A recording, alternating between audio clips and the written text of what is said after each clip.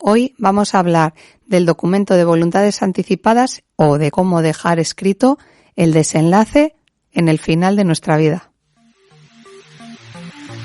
Viviendo en la frontera, un podcast para visibilizar los cuidados paliativos del Hospital San Juan de Dios de Santurtzi.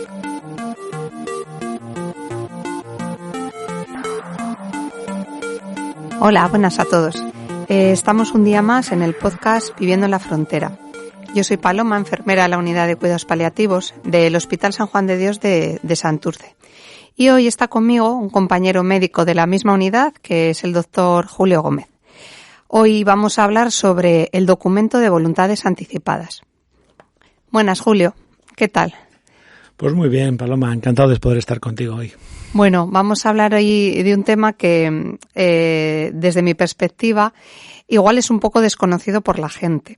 Yo, por lo menos, cuando entré en la unidad de cuidados paliativos hace 8 años, no sabía exactamente qué era el documento de voluntades anticipadas. Y recuerdo que tú me sacaste el registro, qué era lo que había que hacer, y me parece una cosa muy importante para que la gente conozca. Primero me gustaría que habláramos un poquito de qué significa, qué son las voluntades anticipadas como tal. Pues fíjate, este es el nombre que hemos adquirido para hablar de un modo uniforme de él. Pues al final en cada sitio también cambia un poco. Pero en el fondo, lo que más conoce la gente, lo que más resuena popularmente es la idea del testamento vital. Uh-huh. En otros sitios se ha llamado instrucciones previas, en otros lugares voluntades anticipadas, documento de voluntades anticipadas. En el fondo, ¿cómo me quiero que ser atendido y cuidado por los profesionales que me atiendan cuando ya no pueda yo tomar parte en las decisiones? Por eso lo de testamento vital es un poco contrasentido, porque un testamento es para cuando uno está muerto. Sí. Y esto es para que cuando todavía estoy vivo y ya no puedo participar en las decisiones para ser atendido de la manera que a mí me gustaría, ¿no?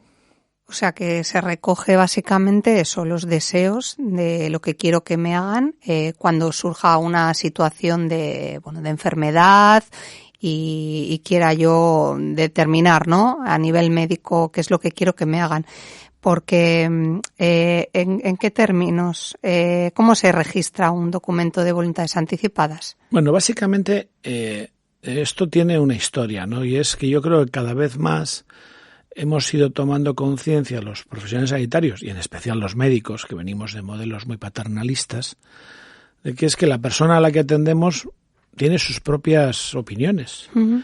Tiene sus propios valores, sus propios criterios a la hora de tomar decisiones, y que no todas las decisiones son solamente meramente clínicas, científicas y técnicas, porque en cada una de las decisiones también hay involucrados valores, hay involucradas emociones, hay involucrados formas de entender la vida y el mundo, ¿no? Y que no solo se arreglan con que técnicamente esto es lo mejor, técnicamente. Y entonces esto ha hecho que la ética, la bioética, entre cada vez más en el trabajo de los clínicos. Y en España esto tiene forma de ley, que es la ley de autonomía del paciente. Y fíjate ya el nombre, ¿no? Popularmente conocida como ley de autonomía, porque luego el nombre son de estas leyes que tienen nombres farragosísimos que yo no sería capaz de repetir, ¿no? Pero que es del 2002, o sea que tampoco tiene tanto tiempo. Sí. En donde, entre otros derechos que la persona tiene, derechos muy conocidos como es el del consentimiento informado, es decir, a mí cuénteme qué me va a hacer usted antes que yo le dé permiso para hacérmelo, ¿no? Sí. También se recoge el derecho a disponer de unas instrucciones previas, de lo que hoy llamamos un documento de voluntades anticipadas. Es decir, es consagrar la autonomía del paciente incluso cuando la persona enferma está en una condición en la que ya no puede tomar decisiones. Por ejemplo, se ha quedado en coma. Uh-huh. Por ejemplo, tiene una demencia avanzada y ha perdido la capacidad de pensar y de poder opinar o de decir. Cuando la persona se ha quedado en una situación de mínimo nivel de consciencia, no es un coma, pero... Y además esa situación es irreversible. No es cuando yo me quedo en coma porque me han puesto en coma inducido para una cosa o me sedan para... No, es irreversible. En ese momento surge la necesidad de tomar decisiones. Claro, ¿cuál es la decisión buena? ¿Cómo respeto estos principios de la bioética, de la beneficencia, hacer el bien, la no maleficencia, no hacer mal, ¿no? La autonomía, que la persona pueda ser sujeto, y la justicia, ¿no? Que no sea desproporcionado y que contribuya a que otros se queden sin ayudas, porque lo invierto todo en uno y dejo al resto mal, ¿no? O sea, al final, ¿cómo involucro todos estos principios? Y tomamos decisiones. Entonces, los clínicos, cuando vamos a tomar decisiones, hablamos con los pacientes. Oye, mira, te puedo operar, te puedo poner un tratamiento antes de operar, o lo podemos intentar no poner el tratamiento, a ver si de esta otra manera funciona. El riesgo que tiene una cosa es este, el riesgo que tiene la otra es aquel, y dialogamos y buscamos lo bueno y hacer el menor daño. Y la persona, pues desde sus valores, sus criterios, bueno, pues yo estoy de acuerdo con esto no lo veo, yo no, y nos da su opinión. Y lo bueno normalmente lo sabe cada uno para sí mismo. Claro, cuando la persona ya no puede decidir, acudimos a la familia. Y entre nuestro criterio, con incertidumbre, y la opinión de su familiar, pues buscamos una buena decisión. Claro, es la buena, es la que la persona hubiese querido. Ya. Y además, qué importante, ¿no? Igual el hecho de tener un documento de voluntades anticipadas para no dejar esa responsabilidad, lo que estás diciendo, ni en el médico ni en la familia, ¿no? Porque en la planta, ¿cuántas veces nos ha pasado lo que dices tú? Me acuerdo un caso de una paciente en situación de coma por un atragantamiento que se la encontró su marido, y luego qué difícil fue, me acuerdo yo, para la familia al decir, no la alimentamos, no la hidratamos, todas esas instrucciones que si hubiera tenido el documento, simplemente, ¿no? Nosotros, médico como equipo, hubiéramos tenido que simplemente seguir esos pasos, lo que ella ha deseado. Qué cargo de conciencia para la familia y qué difícil, ¿no? Para ellos también. Sí, yo siempre he pensado que hay muchos beneficiados con un documento de voluntades anticipadas. Y un primer beneficiado es la persona, el que ha hecho el documento, porque va a intentar garantizar que le atiendan conforme a sus planteamientos, criterios, valores. El segundo beneficiado somos los profesionales, porque nos toca tomar decisiones difíciles. Cuando sabemos que la decisión que tomamos es coherente y en la misma línea de lo que la persona deseaba para sí, eso nos descarga de un peso grande en la toma de decisiones. Y luego ayudamos mucho a la familia, porque la familia carga sobre su espalda el peso de una decisión trascendental que está entre la vida y la muerte, y son decisiones muy difíciles. Es diferente a que la persona diga esto es lo que yo quiero, a que yo decido por ella, ¿no? ¿Qué querría Aita? ¿Qué querría papá si pudiera decirnos lo que opina, ¿no? Y uno dice, pues yo creo que querría esto, y otro dice, yo creo que no diría eso, y hay conflictos, ¿no? Claro, si él dice lo que quiere y lo ha dejado dicho en un documento, evitamos muchos conflictos después en familias donde las miradas, las vivencias pueden ser distintas. Entonces ayuda a mucha gente tener un documento hecho. Claro, no hay discusión. Y hoy en día, ¿cuánta gente realmente lo tiene hecho? Quiero decir, porque yo en la planta no recuerdo muchísimos. Pues la verdad es que muy poca gente. Fíjate, a nivel nacional, apenas un 8,4 por 1000 personas tiene hecho este documento. Esto en términos numéricos son que 400.000 personas en España tienen hecho el documento de voluntades anticipadas. O sea, esto, si miro a nuestra comunidad autónoma en el País Vasco, apenas 40.000 personas en toda España en todo el País Vasco tienen hecho su testamento vital, ¿no? Como se conoce popularmente, su documento de voluntades. Eso es muy poquita gente. Claro, pero es que hoy en día de la muerte no habla nadie. Eso te iba a decir, que por qué era esto, si es por una falta de información, por el mito de la muerte, que es un tema tabú, y claro, nadie quiere anticipar lo que le va a pasar, ¿no? Ni el documento de voluntades anticipadas, ni el testamento de toda la vida. O sea, lagarto, ¿no? Que dicen, no quiero meterme, uy, quita, no vamos a aventar a la bicha, no va a ser que nos pase algo, ¿no? O sea, hay miedo, pero porque la cultura actual presenta un tabú enorme a la muerte, y en ese tabú pues nos impide hablar de algo que va con la vida. Y entonces, claro, romper el tabú es la única manera de que podamos coger la vida, que incluye la muerte, con las manos y ser sujetos de nuestra vida y no ir posponiendo, ¿no? Porque un lema que solemos usar cuando hablamos de este tema de las voluntades anticipadas es que siempre es muy pronto hasta que es muy tarde. Yeah. Y a veces cuando en nuestra unidad nos viene la gente con ya alguna enfermedad avanzada y por la forma en que trabajamos, ¿verdad? Hablamos de todo esto y lo que quieren, lo que no quieren y demás. Y el documento me hace falta ahora, mi documento de voluntades anticipadas lo necesito, pues ahora no, porque ya me lo has contado todo. Ya tengo anotado en tu historia clínica y ya nos has dicho a nosotros lo que quieres, y si algún rato tú perdieras la conciencia y no pudieras decidir, ya nos lo has contado. El problema es que tengo 40 años, tengo 35, tengo 50, voy por la calle, me cae un tiesto en la cabeza y me quedo en coma. Yeah. O tengo un accidente de coche y me quedo en coma. Yeah. Y dices, o tengo un ictus porque se me ha reventado una arteria en el cerebro y me quedo en un estado de desconexión. Entonces dices, ¿y Julio qué hubiera querido? Yeah. Y yo me gustaría poder, bueno, de hecho lo he dejado escrito, yo tengo hecho mi documento de voluntades anticipadas. Y he dejado dicho lo que quiero y lo que no quiero. Y así que mi familia, mi hijo, mi esposa, mi madre que todavía vive, no tengan que tomar una decisión imposible. Una decisión que supone una carga brutal. Yo he dejado dicho lo que quiero y lo que no quiero. Básicamente, en resumen, no quiero que me provoquen la muerte. Lo que quiero es que no traten de impedirla. Uh-huh. Si yo ya estoy en esa situación, ¿no?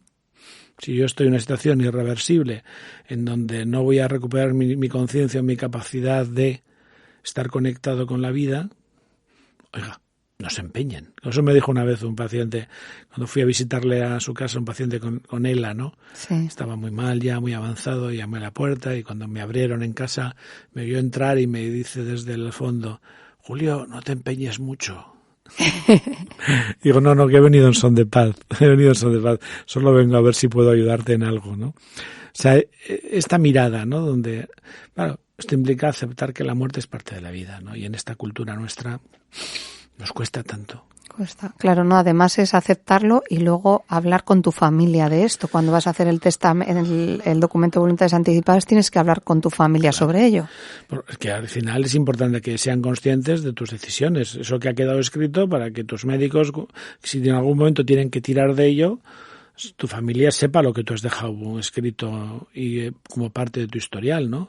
Que no, como se encuentren de repente con lo que tú has escrito, también, yo creo que es bueno poder hablarlo, ¿no? En familia y hablarlo con naturalidad. Lo que pasa es que en nuestra época no se habla. No se habla. Y claro, de lo que no hablamos no nos preparamos para afrontarlo. Dicen los antropólogos que todas las culturas tienen un tabú. Claro, ¿cuál era el tabú en nuestro país hace 50, 60 años? El sexo. Uh-huh. Eso no se hablaba. Ya. ¿Qué pasaba? Que cuando el sexo entraba en la vida de las personas había un sufrimiento enorme. Yeah. Por la incapacidad de saber cómo gestionar esta parte humana y natural de la vida. Y ahí hubo muchas personas que lo pasaron mal. Cuando el tabú del sexo cayó y ya era algo normal y se hablaba y tal, apareció un nuevo tabú. Esa muerte que antes pasaba por la mitad del pueblo, eso es. esas muertes que se producían en casa y donde los niños pasaban a velar el cuerpo y el carruaje de la funeraria iba por el pueblo y según la cantidad de caballos que tenía nos hablaba de los posibles que tenía el muerto, ¿no? Eso ha desaparecido, el muerto lejos, en un tanatorio, la muerte en los hospitales, no en casa, y lo alejamos, no queremos, como si por no verla no fuera a pasar. Ya. Mira, somos a veces bromear, porque los que trabajamos en paliativos tenemos un humor un poco especial, ¿verdad? Pero es que el 100%, oye, o sea, la hipertensión le pasa a mucha gente y la diabetes, pero es que la muerte, el 100%, ¿eh? O sea, ¿no? No se salva ninguno. O sea, por esa parte de la experiencia vital, o sea, va con el cargo de vivir, ¿eh? O sea, no. Entonces, hablemos con naturalidad, no pasa nada. Y una forma es esta, ¿no? El documento de voluntades anticipadas, donde acercarnos. Y yo lo que he visto muchas veces, sobre todo en enfermedades que avanzan, que son progresivas, y donde uno toma conciencia de que se va a morir y que cada día pierdo un poquito más el control de mi vida, la elaboración del documento y a veces el documento es lo menos importante. Lo más importante es todo el proceso donde uno llega a la conclusión de lo que quiere y lo que no quiere.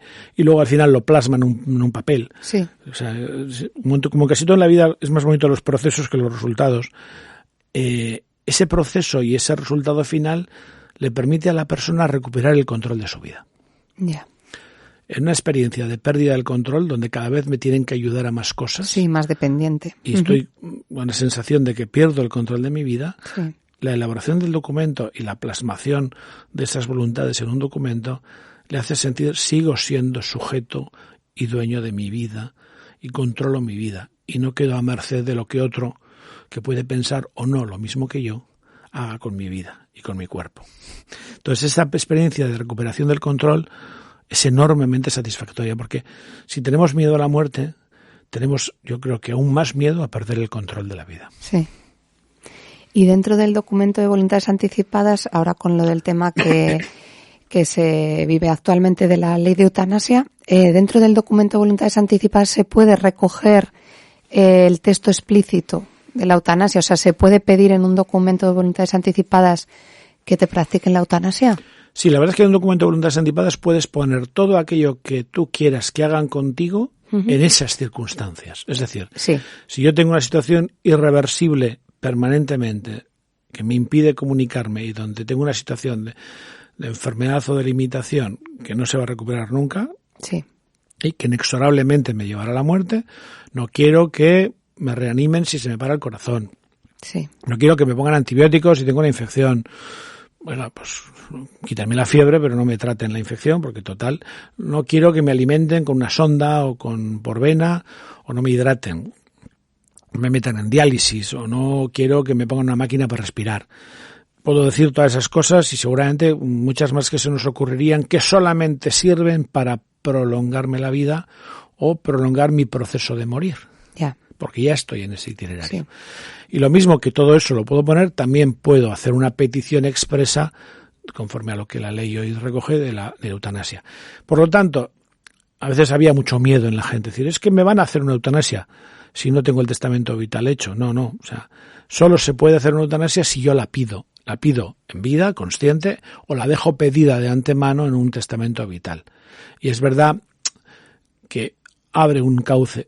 Y también es verdad que es una petición muy a priori porque pierde la inmediatez de la decisión. Pierde esa capacidad de la persona que lo piensa, lo medita, la solicita y en el proceso deliberativo puede cambiar de opinión. Aquí ya no puedes cambiar de opinión. Lo has dejado escrito y hay una solicitud expresa y se practicaría conforme a la ley. Pero es verdad que pierde un poquito toda esa labor de deliberación que la propia ley contempla cuando alguien solicita morir. ¿Vale? Entonces, pero es verdad que hoy, dado que hay una ley que lo hace legal en nuestro país, como lo es en otros lugares, puedo pedirla en mi documento de voluntades anticipadas. También luego puedo plantear otras cosas en este documento, no solo rechazo o deseo de tratamientos. Puedo pedir, y de hecho es algo que se pide, que una cosa es que no quiera esto y otra cosa es que no me pongan nada para no sufrir, ¿no? Yo que deseo que me atiendan, que no me dejen sufrir, que me alivien, deseo que me atiendan espiritualmente si soy creyente en alguna religión en la que profese, deseo que mis órganos se puedan donar si es posible, deseo que me incineren. O sea, puedo aprovechar para poner en ese documento muchos deseos relativos a lo que tiene que ver el proceso de final de mi vida, los cuidados que quiero y los cuidados, dónde quiero morir. Si es posible morir en mi casa, prefiero que sea en casa. Luego harán lo que puedan, porque a lo mejor la situación no tal, pero bueno, puedo dejar expresado deseos y eso también va a ayudar mucho a todos los que tienen que cuidarme, mi familia y los profesionales, a manejar las mejores decisiones, ¿vale? Y en un documento, además de estos temas, puedo decir cuáles son mis principios vitales que me llevan a esto. Porque, como decíamos, lo más importante no es el documento, es el proceso de cómo lo he preparado. Bueno, pues he meditado, he reflexionado, me doy cuenta de que para mí la vida es, para mí el vivir es esto, y esto, lo que hace vivible la vida son estas cosas, estas no. Y por eso cuando uno hace ese itinerario previo de reflexión, luego el documento sale casi solo. Porque lo importante ha sido la reflexión. Y si he compartido mi reflexión con los míos, con los cercanos, eso genera una intimidad y una potencia relacional enorme. Porque hace que comparta pues lo más profundo de Lo mi más vida. profundo. Claro, y eso es una pasada. ¿Y cómo se registra el documento de voluntades anticipadas? ¿Qué hace falta? ¿Testigos? ¿Cómo funciona un poquito así Pues mira, brevemente? En nuestra comunidad autónoma hemos ido avanzando y de hecho hay fíjate, en los últimos 10 años hemos aumentado de 10.000 personas con documento de voluntades a 40.000. Uh-huh. Va habiendo una progresión, pero mucho de ello se ha producido en los últimos 3 años. Hay como 3 maneras, ¿no? Uno puede solicitar una cita con una persona que desde el Departamento de Sanidad asume este rol de registrador del documento. Entonces tú vas, lo elaboras con la persona, lo rellenas, lo firmas, esta persona te ayuda a comprender los términos, tal, y entregas ahí tu DNI, firmas y él actúa entre comillas de notario y directamente lo gestiona. Puedo hacerlo con un notario. Voy a un notario, lo hago, lo relleno y el notario ejerce de testigo y notario y se envía a este registro del Departamento de Sanidad y entonces una vez que llega se validan los documentos que se presentan, mi documento de voluntades firmado, he nombrado un representante del documento que ha aceptado ser y que lo ha firmado y ha puesto su DNI para confirmar que también acepta ser mi representante, se envía todo y el notario de alguna manera avala todo esto. Es la única manera en que cuesta dinero, porque cuesta pagar al notario. Tampoco es una cosa desproporcionada, pero cuesta algo.